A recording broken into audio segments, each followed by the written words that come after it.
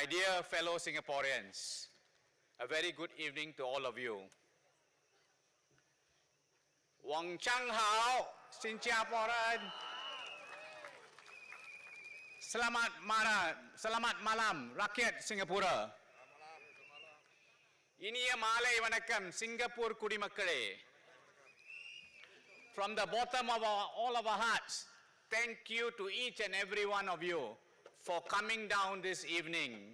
The God has been kind to us as well.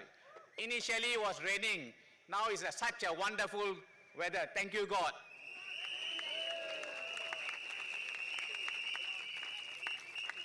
I want to share the recent story on nomination day. We PSP candidates, we come punctually, we gathered on nomination day at the coffee shop at 9 a.m. After that, diligently, when the nomination center opened at 10 a.m., we went, all 5 of us, 4 from Choa Chu Kang GRC and 1 from Bukit Gombak SMC. We went to the nomination center, we were the only one first there. That is the mark of punctuality.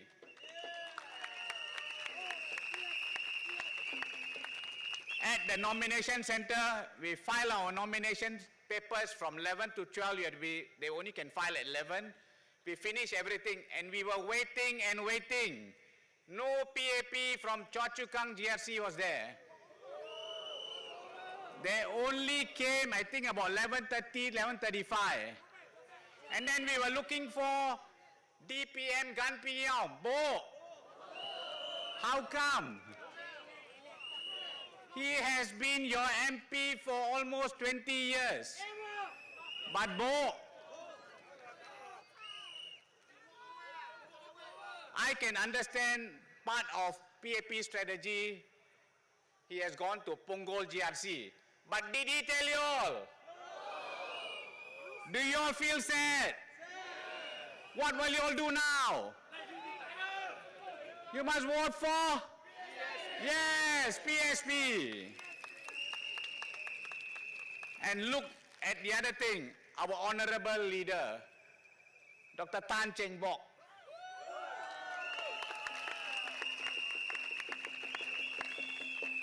He is celebrating his 85th birthday with all of you here.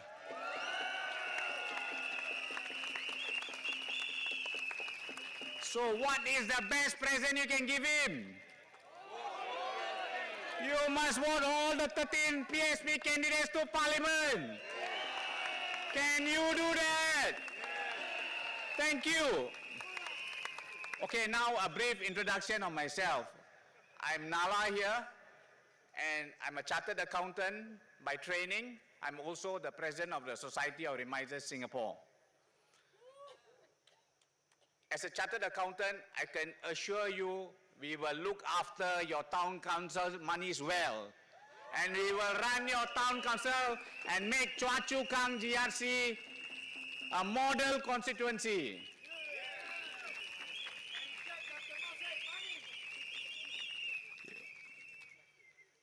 I'm also the founder member of Progress Singapore Party.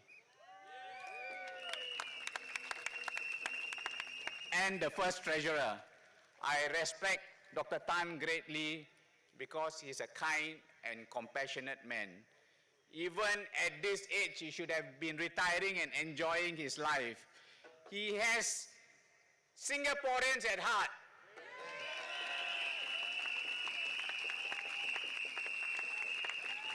All 13 PSP candidates have your heart in mind. We want to build a better life for you. We will work hard for you. We are sincere and we want to build a much more compassionate Singapore where no man is left behind.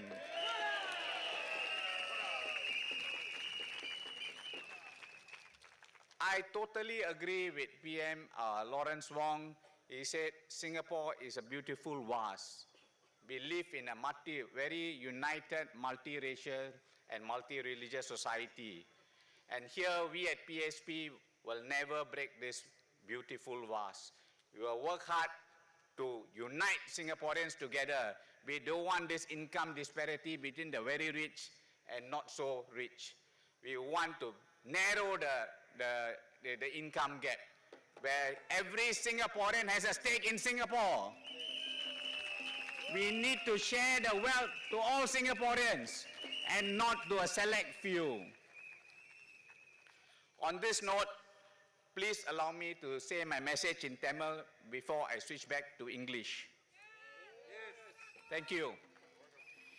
என் அன்பான சாச்சுக்காங் குடிமக்களே, Singapore அனைவருக்கும் என் மனமார்ந்த வணக்கத்தை தெரிவித்துக் கொள்கிறேன். என் பெயர் நல்லகருப்பன். என்னுடன் வெண்டி, Abbas, Lawrence, சாச்சுக்காங் ஜிஆர்சியில் நிற்கிறார். மற்றது ஹரேஷ் பிலே, புக்கெட் கோம்பாக் எஸ்எம்சியில் நிற்கிறாரு.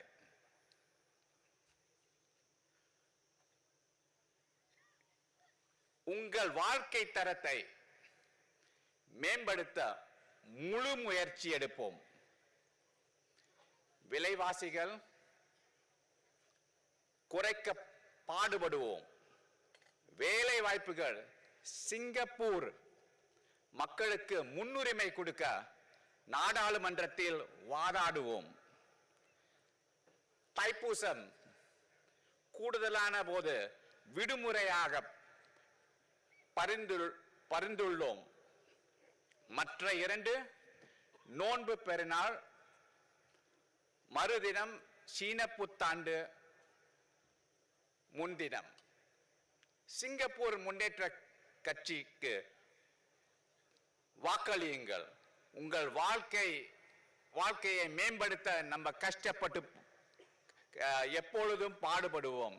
மிக்க நன்றி, வணக்கம்.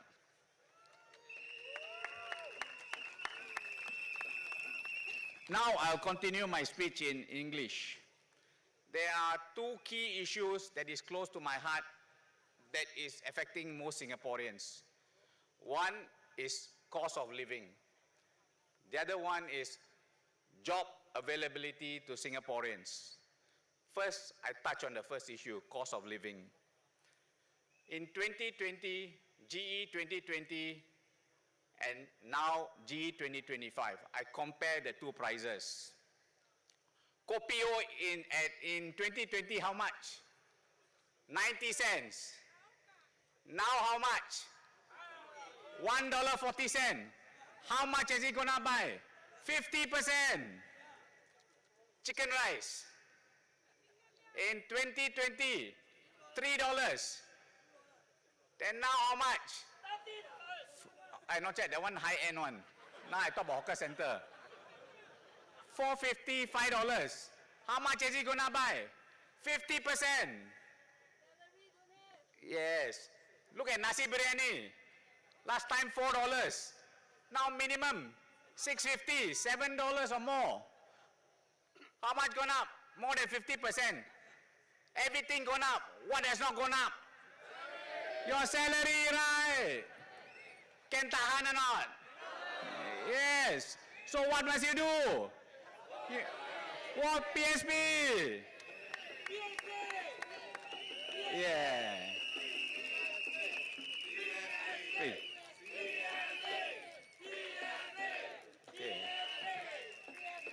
Okay. I ask you, what does PAP stand for?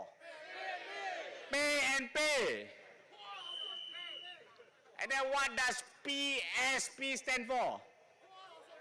Please stop paying.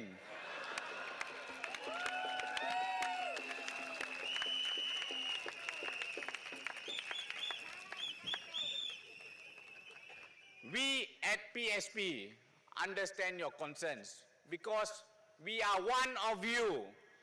We take the MRT or bus to work. We eat at the hawker center. We can feel for you.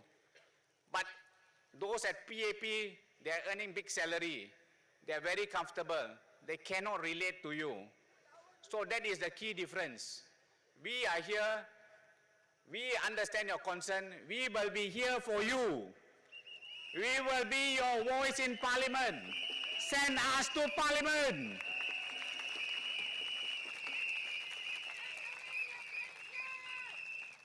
As a responsible party, we have requested the government to reduce the GST from 9% to 7%. Of course, the government always say, you say everything reduce, give here, then where the money come from? We have a plan.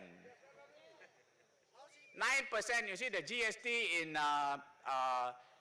the last financial year, the GST income was $20.6 billion.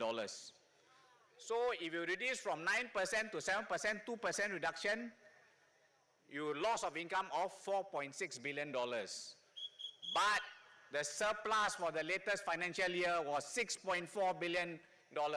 So do you think they should have raised the GST? No.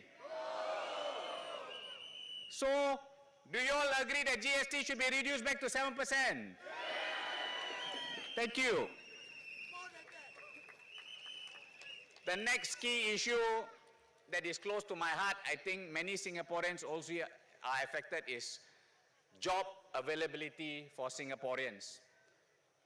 I'm the president of the Remiser Society of Singapore. Due to digitalization, many remiser jobs have been displaced. I've been in discussion with the authorities how we can transform these jobs so that we can save these jobs. I will likewise do for my fellow Singaporeans as well. To be fair to the government, they have provided upskilling programs, and also they have provided decent subsidies. But the problem is here, the roadblock is here. After all this upskilling, is there any job for you? No. So I feel this is where the government has erred. You provide the upskilling, then you must find jobs for them. Otherwise, people say, after upskilling, then what? So